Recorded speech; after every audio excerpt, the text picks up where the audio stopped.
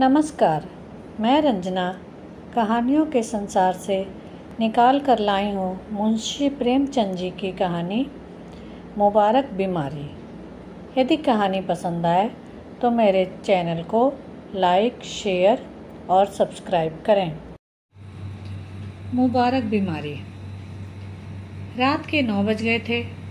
एक युवती अंगीठी के सामने बैठी हुई आग फूंकती थी और उसके गाल आग के कुंदनी रंग में दहक रहे थे। उसकी बड़ी बड़ी आंखें दरवाजे की तरफ लगी हुई थी। कभी चौंक कर आंगन की तरफ ताकती, कभी कमरे की तरफ। फिर आने वालों की देरी से त्योरियों पर बल पड़ जाते और आंखों में हल्का सा गुस्सा नजर आता। इसी बीच आने वालों की आहट मिली। कहार बाहर खर्राटे ले रहा था। बूढ़े लाला हरनाम दास ने आते ही उसे एक ठोकर लगाकर कहा, कमबख्त, अभी शाम हुई है और अभी से लंबी तान दी। नौजवान लाला हरिदास घर में दाखिल हुए, चेहरा बुझा हुआ, चिंतित। देवकी ने आकर उनका हाथ पकड़ लिया और गुस्से व प्यार की मिली हुई आवाजें बोली, आज इतनी देर क्यों हुई? हरिदास, हाँ आज देर हो गई। तुम यहाँ क्यों बैठी रही? क्या करती? आग बुझी जाती थी, खाना ठंडा हो जाता। हरिदास, तुम जरा से काम के लिए इतनी आग के सामने न बैठा करो, बाज आए गरम खाने से। देवकी, अच्छा कपड़े तो उतारो, आज इतनी देर क्यों की? हरिदास, क्या बताऊं, पिताजी ने ऐसा नाक में दम कर दिया है कि कुछ कहते नहीं बनता। इस रोज रोज की झंझट से तो यही अच्छा है कि मैं कहीं और नौकरी कर लूं। लाला हरनाम दास की एक आटे की चक्की के मालिक थे। उनकी जवानी के दिनों में आसपास दूसरी चक्की न थी। उन्होंने खूब धन कमाया, मगर अब वह हालत न थी। चक्कियां कीड़े मकोड़ों की तरह पैदा हो गई थी, नई मशीनों और इजादों के साथ। उसके काम करने वाले भी जोशीले नौजवान थे, मुस्तैदी से काम करते थे। इसलिए हरनाम दास का कारखाना रोज गिरता जाता था। बूढ़े आदमियों को नई चीज़ों से चिढ़ हो जाती है। वह लाला हरनामदास को भी थी। वह अपनी पुरानी मशीन को ही चलाते थे, किसी किस्म की तरक्की या सुधार को पाप समझते थे, मगर अपनी इस मंदी पर कूड़ा भी करते थे। हरिदास ने उनकी मर्जी के खिलाफ कॉलेजिएट शिक्षा प्राप्त की थी और उसका इरादा था कि अपने पिता के कारखानों को नए असूलों पर चलाकर आगे बढ़ाए। लेकिन जब वो उनसे किसी परिवर्तन या सुधार का जिक्र करता तो लाला साहब जामे से बाहर हो जाते और बड़े गर्व से कहते, कॉलेज में पढ़ने से तजुर्बा नहीं आता, तुम वही बच्चे हो। इस काम में मेरे बाल सफ़ेद हो गए हैं, तुम मुझे सलाह मत दो। जिस तरह मैं काम करता हूँ तुम भी किए जाओ।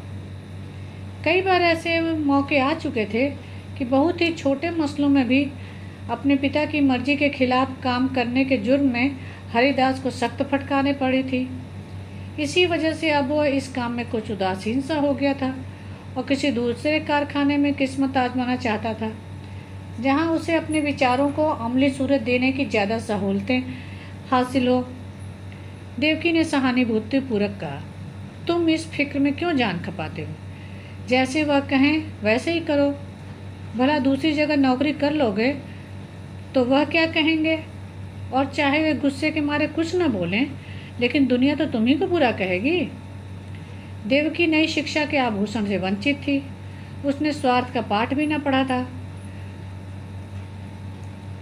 मगर उसका पति अपने आल्मा मेटर का एक प्रतिष्ठित सदस्य था। उसे अपनी योग्यता पर पूरा भरोसा था, उस पर नाम कमाने का जोश। इसलिए वह बूढ़े पिता के पुराने ढर्रों को देखकर धीरज खो बैठता था। अगर अपनी योग्यताओं के लाभप्रद उपयोग की कोशिश के लिए दुनिया उसे बुरा कहे तो उसे परवाह न थी। झुंझला कर बोला, कुछ मैं अमृत का घड़िया पीकर तो नहीं आया हूँ कि सारी उम्र उनके मरने का इंतजार करूँ। मूर्खों की अनुचित टीका टिप्पणी के डर से क्या मैं अपनी उम्र बर्बाद कर दूँ? मैं अपने कुछ हम उम्रों को जानता हूँ जो हरगिज मेरी सी योग्यता नहीं रखते, लेकिन वह मोटर पर हवा खाने निकलते हैं, बंगलों में रहते हैं और शान से ज़िंदगी बसर करते हैं। तो मैं क्यों हाथ पर हाथ धरे जिंदगी को अमर समझे बैठा रहूं? संतोष और निष्प्रियता का युग बीत गया। यह संघर्ष का युग है। यह मैं जानता हूँ कि पिता का आदर करना मेरा धर्म है, मगर सिद्धांतों के मामले में मैं उनसे क्या, किसी से भी नहीं दब सकता। इसी बीच कहार ने आकर कहा, लाला जी थाली मंगाते हैं। लाला हरनामदास हिंदू रस्म रिवाज के बड़े पाबंद थे, मगर बुढ़ापे के कारण चौके के चक्कर से मुक्ति पा चुके थे। पहले कुछ दिनों तक जाड़ों में रात को पूड़ियाँ न हजम होती थी तो चपातियाँ ही अपनी बैठक में मंगा लिया करते थे। मजबूरी ने वह कराया जो हुज्जत और दलील के काबू से बाहर था। हरिदास के लिए भी देवकी ने खाना निकाला। पहले तो वह हजरत बहुत दुखी नजर आते थे, लेकिन बघार की खुशबू ने खाने के लिए चाव पैदा कर दिया। अक्सर हम अपनी आँख और नाक से हाजमे का काम लिया करते हैं। लाला हरनामदास रात को भले चंगे सोए, लेकिन अपने बेटे की गुस्ताखियाँ और कुछ अपने कारोबार की सुस्ती और मंदी उनकी आत्मा के लिए भयानक कष्ट का कारण हो गई। और चाहे उसी उद्विग्नता का असर हो, चाहे बुढ़ापे का, सुबह उठने से पहले उन पर लकवे का हमला हो गया। जबान बंद हो गई और चेहरा ऐंठ गया। हरिदास डॉक्टर के पास दौड़ा। डॉक्टर आए, मरीज को देखा और बोले, डरने की कोई बात नहीं, सेहत होगी तो 3 महीने में ठीक हो जाएंगे। चिंताओं के कारण यह हमला हुआ है, इसलिए कोशिश करनी चाहिए कि आराम से सोएं, परेशान न हो। जबान खुल जाने पर भी जहाँ तक मुमकिन हो बोलने से बचें। बेचारी देवकी बैठी रो रही थी। हरिदास ने आकर उसको सांत्वना दी और फिर डॉक्टर के यहाँ से दवा ला कर दी। थोड़ी देर में मरीज को होश आया। इधर उधर कुछ खोजती हुई निगाहों से देखा, जैसे कुछ कहना चाहते हैं, और फिर इशारे से लिखने के लिए कागज़ मांगा। हरिदास ने कागज़ और पेंसिल रख दी तो बूढ़े लाला साहब ने हाथों को खूब संभाल कर लिखा, इंतजाम दीनानाथ के हाथ में रहे। ये शब्द हरिदास के हृदय में तीर की तरह लगे। अफसोस, अब भी मुझ पर भरोसा नहीं। यानी कि दीनानाथ मेरा मालिक होगा और मैं उसका गुलाम बनकर रहूँगा? यह नहीं होने का। कागज़ लिए देवकी के पास आए और बोले, लाला जी ने दीनानाथ को मैनेजर बनाया है और मुझ पर इतना भी एतबार नहीं है, लेकिन मैं इस मौके को हाथ से न जाने दूंगा। उनकी बीमारी का अफसोस तो ज़रूर है, मगर शायद परमात्मा ने मुझे अपनी योग्यता दिखलाने का अवसर दिया है और उससे मैं ज़रूर फ़ायदा उठाऊंगा। कारखाने के कर्मचारियों ने इस दुर्घटना की खबर सुनी तो बहुत घबराए। उनमें कई निकम्मे आदमी भरे हुए थे जो सिर्फ खुशामद और चिकनी चुपड़ी बातों की रोटी खाते थे। मिस्त्री ने कई दूसरे कारखानों के मरम्मत का काम उठा लिया था, रोज़ किसी न किसी बहाने से खिसक जाता था। फायरमैन और मशीनमैन दिन को झूठ मूठ चक्की की सफाई में काटते थे और रात को वो काम करके ओवर टाइम की मजदूरी लिया करते थे। दीनानाथ जरूर होशियार और तजुर्बेकार आदमी था, मगर उसे भी काम करने के मुकाबले जी हाँ रखने में ज़्यादा मज़ा आता था। लाला हरनामदास मजदूरी देने में बहुत हीले हवाले करते थे और अक्सर काट कपाट के भी आदी थे। इसी को वह कारोबार का अच्छा उसूल समझते थे। हरिदास ने कारखाने में पहुंचते ही साफ शब्दों में कह दिया कि तुम लोगों को मेरे वक्त में जी लगाकर काम करना होगा। मैं इसी महीने में काम देखकर सबकी तरक्की करूंगा, मगर अब टाल मटोल की गुजर नहीं। जिन्हें मंजूर न हो अपना बोरिया बिस्तर संभाले। और फिर दीनानाथ को बुलाकर कहा, भाई साहब, मुझे खूब मालूम है कि आप होशियार और सूझबूझ रखने वाले आदमी हैं। आपने अब तक यहाँ का जो रंग देखा वही अख्तियार किया है, लेकिन अब मुझे आपके तजुर्बे और मेहनत की ज़रूरत है। पुराने हिसाबों की जांच पड़ताल कीजिए।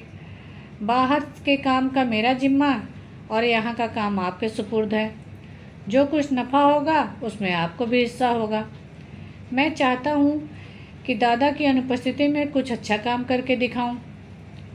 इस मुस्तैदी और चुस्ती का असर बहुत जल्द कारखाने में नजर आने लगा। हरिदास ने खूब इश्तहार बंटवाए।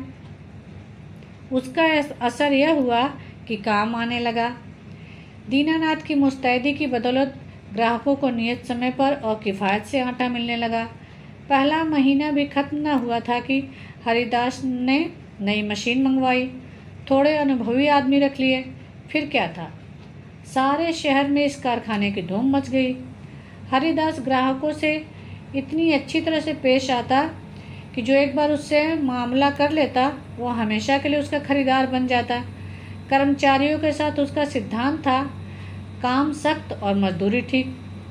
उसके ऊंचे व्यक्तित्व का भी स्पष्ट प्रभाव दिखाई पड़ा। करीब करीब सभी कारखानों का रंग फीका पड़ गया। उसने बहुत ही कम नफ़े पर ठेले ले लिए। मशीन को दम मारने की मोहलत न थी। रात और दिन काम होता था। तीसरा महीना खत्म होते होते उस कारखाने की शक्ल ही बदल गई। हाथे में घुसते ही ठेले और गाड़ियों की भीड़ नजर आती थी। कारखाने में बड़ी चहल पहल थी। हर आदमी अपने काम में लगा हुआ था। इसके साथ ही प्रबंध कौशल का यह वरदान था कि भद्दी, हड़बड़ी और जल्दबाजी का कहीं नामो निशान न था। लाला हरनामदास धीरे धीरे ठीक होने लगे। 1 महीने के बाद वह रुक रुक कर कुछ बोलने लगे। डॉक्टर की सख्त ताकीद थी कि वह उन्हें पूरी शांति की स्थिति में रखा जाए, मगर जब उनकी जुबान खुली तो उन्हें एक दम को भी चैन न था। देवकी से कहा करते, सारा कारोबार मिट्टी में मिल जाता है। यह लड़का मालूम नहीं क्या कर रहा, सारा काम अपने हाथ में ले रखा है। मैंने ताकीद की थी कि दीनानाथ को मैनेजर बनाना, लेकिन उसने जरा न परवाह की। मेरी सारी उम्र की कमाई बर्बाद हुई जाती है। देवकी उनको सांत्वना देती कि आप इन बातों की आशंका न करें, कारोबार बहुत अच्छा चल रहा है, खूब नफा हो रहा है। पर वह भी इस मामले में तूल देने से डरती थी कि कहीं लकवे का हमला फिर न हो जाए। हूँ हाँ कहकर टालना चाहती थी। हरिदास ज्यों ही घर आता, लाला जी उन पर सवालों की बौछार कर देते, और जब वो टाल कर कोई दूसरा जिक्र छेड़ देता तो बिगड़ जाते और कहते, जालिम, तू जीते जी मेरे गले पर छुरी फेर रहा है, मेरी पूंजी उड़ा रहा है। तुझे क्या मालूम कि मैंने एक एक कौड़ी किस मशक्कत से जमा की है। तूने दिल में ठान ली है कि बुढ़ापे में मुझे गली गली का ठोकर खिलाएगा, मुझे कौड़ी कौड़ी का मोहताज बनाएगा। हरिदास फटकार का कोई जवाब न देता, क्योंकि बात से बात बढ़ती है। उसकी चुप्पी से लाला साहब को यकीन हो जाता कि कारखाना तबाह हो गया। एक रोज़ देवकी ने हरिदास से कहा, अभी कितने दिन और इन बातों को लाला जी से छिपाओगे? हरिदास ने कहा, मैं तो चाहता हूँ कि नई मशीन का रुपया अदा हो जाए तो उन्हें ले जाकर सब कुछ दिखा दूँ। तब तक डॉक्टर साहब की हिदायत के अनुसार 3 महीने भी पूरे हो जाएंगे। देवकी, लेकिन इस छिपाने से क्या फ़ायदा, जब वे आठों पहर इसी रट में लगा रहते हैं। इससे तो चिंता और बढ़ती है, कम नहीं होती। इससे तो ये अच्छा है कि उनसे सब कुछ कह दिया जाए। हरिदास, मेरे कहने का तो उन्हें यकीन नहीं आएगा। दीनानाथ कहे तो शायद यकीन हो। देवकी, अच्छा तो कल दीनानाथ को यहाँ भेज दो, लाला जी उसे देखते ही खुद बुला लेंगे। तुम्हें इस रोज़ रोज़ की डांट फटकार से छुट्टी मिल जाएगी। हरिदास, अब मुझे इस फटकारों का जरा भी दुख नहीं होता। मेरी मेहनत और योग्यता का नतीजा आंखों के सामने है।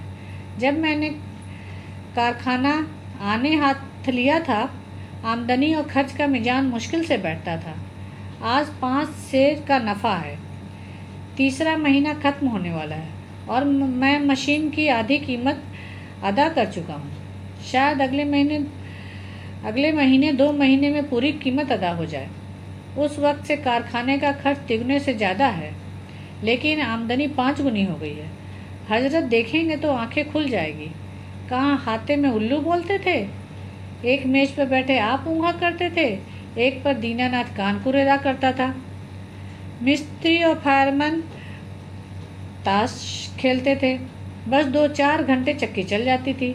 अब दम मारने की भी फुर्सत नहीं है। सारी जिंदगी में जो कुछ न कर सके वह मैंने 3 महीने में करके दिखा दिया। इसी तजुर्बे और कार्रवाई पर इनको इतना घमंड था। जितना काम वो 1 महीने में करते थे उतना मैं रोज कर डालता हूँ। देवकी ने भर्त्सनापूर्वक नेत्रों से देखकर कहा, अपने मुंह मियाँ मिट्ठू बनना कोई तुमसे सीखे। जिस तरह माँ अपने बेटे को हमेशा दुबला ही समझती है, उसी तरह बाप बेटे को हमेशा नादान समझा करता है। यह उनकी ममता है, बुरा मानने की बात नहीं है। हरिदास ने लज्जित होकर सिर झुका लिया। दूसरे रोज दीनानाथ उनको देखने के बहाने से लाला हरनामदास की सेवा में उपस्थित हुए। लाला जी उसे देखते ही तकिए के सहारे उठ बैठे और पागलों की तरह बेचैन होकर पूछने लगे, क्यों, कारोबार सब तबाह हो गया ना, कि अभी कुछ कसर बाकी है? तुम लोगों ने मुझे मुर्दा समझ लिया है? कभी बात तक न पूछी? कम से कम मुझे ऐसी उम्मीद तो न थी। बहू ने मेरी तीमारदारी न की होती तो मैं मर ही गया होता। दीनानाथ, आपका कुशल मंगल रोज बाबू साहब से पूछ लिया करता था। आपने मेरे साथ जो नेकियां की है उसे मैं नहीं भूल सकता। मेरा एक एक रोआ आपका एहसानमंद है। मगर इस बीच काम ही कुछ इतना था कि हाजिर होने की मोहलत न मिली। हरनामदास, खैर, कारखाने का क्या हाल है? दिवाला होने में क्या कसर बाकी है? दीनानाथ ने ताज्जुब के साथ कहा, यह आपसे किसने कह दिया कि दिवाला होने वाला है? इस अरसे में कारोबार में जो तरक्की हुई है वह आप खुद अपनी आंखों से देख लेंगे। हरनामदास व्यंगपूर्वक बोले, शायद तुम्हारे बाबू साहब ने तुम्हारी मनचाही तरक्की कर दी है।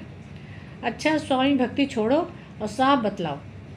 मैंने ताकीद की थी कि कारखाने का इंतजाम तुम्हारे हाथ में रहेगा, मगर शायद हरिदास ने सब कुछ अपने हाथ में रखा। दीनानाथ, जी हाँ, मगर मुझे इसका जरा भी दुख नहीं। वही इस काम के लिए ठीक थे। जो उन्होंने कुछ कर दिखाया वह मुझसे हरगिज न होता। हरनामदास, मुझे यह सुन सुनकर हैरत होती है। बतलाओ, क्या तरक्की हुई? दीनानाथ, तफसील तो बहुत ज़्यादा होगी, मगर थोड़े में यह समझ लीजिए कि पहले हम लोग जितना काम एक महीने में करते थे उतना अब रोज होता है। नई मशीन आ गई है, उसकी आधी कीमत अदा हो चुकी है। वह अक्सर रात को भी चलती है। ठाकुर कंपनी का 5,000 मन आटे का ठेका लिया था, वह पूरा होने वाला है। जगतराम बनवारी लाल से कम सरियट का ठेका लिया है। उन्होंने हमको 500 बोरे माहवार का बयाना दिया है। इसी तरह और फुटकर काम कई गुना बढ़ गया है। आमदनी के साथ खर्च भी बढ़ गया है। कई आदमी नए रखे गए हैं। मुलाजिमों की मजदूरी के साथ कमीशन भी मिलता है, मगर खालिश नफ़ा पहले के मुकाबले में चौगुने के करीब है। हरनामदास ने बड़े ध्यान से यह बातें सुनी। वह गौर से दीनानाथ के चेहरे की तरफ देख रहे थे। शायद उनके दिन में बैठ कर सच्चाई की तह तक पहुंचना चाहते थे। संदेहपूर्ण स्वर में बोले, दीनानाथ, तुम कभी मुझसे झूठ नहीं बोलते थे, लेकिन तो भी मुझे तुम्हारी बातों पर यकीन नहीं आता। जब तक अपनी आंखों से देख न लूँगा यकीन न आएगा। दीनानाथ कुछ निराश होकर विदा हुआ। उसे आशा थी कि लाला साहब तरक्की करेंगे और कारगुजारी की बात सुनते ही फूले न समाएंगे और मेरी मेहनत की दाद देंगे। उस बेचारों को मालूम न था कि कुछ दिलों में संदेह की जड़ इतनी मजबूत होती है कि सबूत और दलील के हमले उस पर कुछ असर नहीं दिखते। यहाँ तक कि वह अपनी आँख से देखने को भी धोखा या तिलिस्म समझते हैं। दीनानाथ के चले जाने के बाद लाला हरनामदास कुछ देर तक गहरे विचारों में डूबे रहे। फिर एकाएक कहार से बग्घी मंगवाई। लाठी के सहारे बग्घी में आ बैठे और उसे अपने चक्की घर चलने का हुक्म दिया। दोपहर का वक्त था। कारखानों के मजदूर खाना खाने के लिए गोल के गोल भागे चले जाते थे, मगर हरिदास के कारखाने में काम जारी था। बग्घी हाथे में दाखिल हुई। दोनों तरफ फूलों की कतारें नजर आई। मालिक क्यारियों में पानी दे रहा था। ठेले और गाड़ियों के मारे बग्घी को निकालने की जगह नहीं मिलती थी। जिधर निगाह जाती थी सफाई और हरियाली नजर आती थी। हरिदास अपने मुहर्रिर को कुछ खातों का मसौदा लिखा रहा था। इतने में बूढ़े लाला जी की लाठी टेकते हुए कारखाने में दाखिल हुए। हरिदास फौरन उठ खड़ा हुआ और उन्हें हाथों से सहारा देकर बोला, आपने कहला भेजा होता, मैं पालकी मंगवा देता। आपको बहुत तकलीफ हुई, यह कहकर उसने एक आराम कुर्सी बैठने के लिए खिसका दी। कारखाने के कर्मचारी दौड़े और उनके चारों तरफ बहुत अदब के साथ खड़े हो गए। हरनामदास कुर्सी पर बैठ गए और बोरों के छत चूमने वाले ढेर पर नजर दौड़ाकर बोले, मालूम होता है दीनानाथ सच कहता था। मुझे यहाँ कई नई सूरतें नजर आती हैं। भला कितना काम रोज होता है? हरिदास, आजकल काम ज़्यादा आ गया था, इसलिए कोई 500 मन रोजाना तैयार हो जाता था, लेकिन औसत 250 मन का रहेगा। मुझे नई मशीन की कीमत अदा करनी थी, इसलिए अक्सर रात को भी काम होता है। हरनाम दास, कुछ कर्ज लेना पड़ा? हरिदास, 1 कौड़ी नहीं, सिर्फ मशीन की आधी कीमत बाकी है। हरनाम दास के चेहरे पर इत्मीनान का रंग नजर आया। संदेह ने वह विश्वास को जगह दी। प्यार भरी आंखों से लड़के की तरफ देखा और करुण स्वर में बोले, बेटा, मैंने तुम्हारे ऊपर बड़ा जुल्म किया, मुझे माफ़ करो। मुझे आदमियों की पहचान पर बड़ा घमंड था, लेकिन मुझे बहुत बड़ा धोखा हुआ। मुझे अब से बहुत पहले इस काम से हाथ खींच लेना चाहिए था। मैंने तुम्हें बहुत नुकसान पहुंचाया। यह बीमारी बड़ी मुबारक है, जिसने तुम्हारी परख का मौका दिया और तुम्हें लियाकत दिखाने का। काश यह हमला 5 साल पहले ही हो गया होता। ईश्वर तुम्हें खुश रखे और हमेशा उन्नति दे, यही तुम्हारे बूढ़े बाप का आशीर्वाद है। धन्यवाद।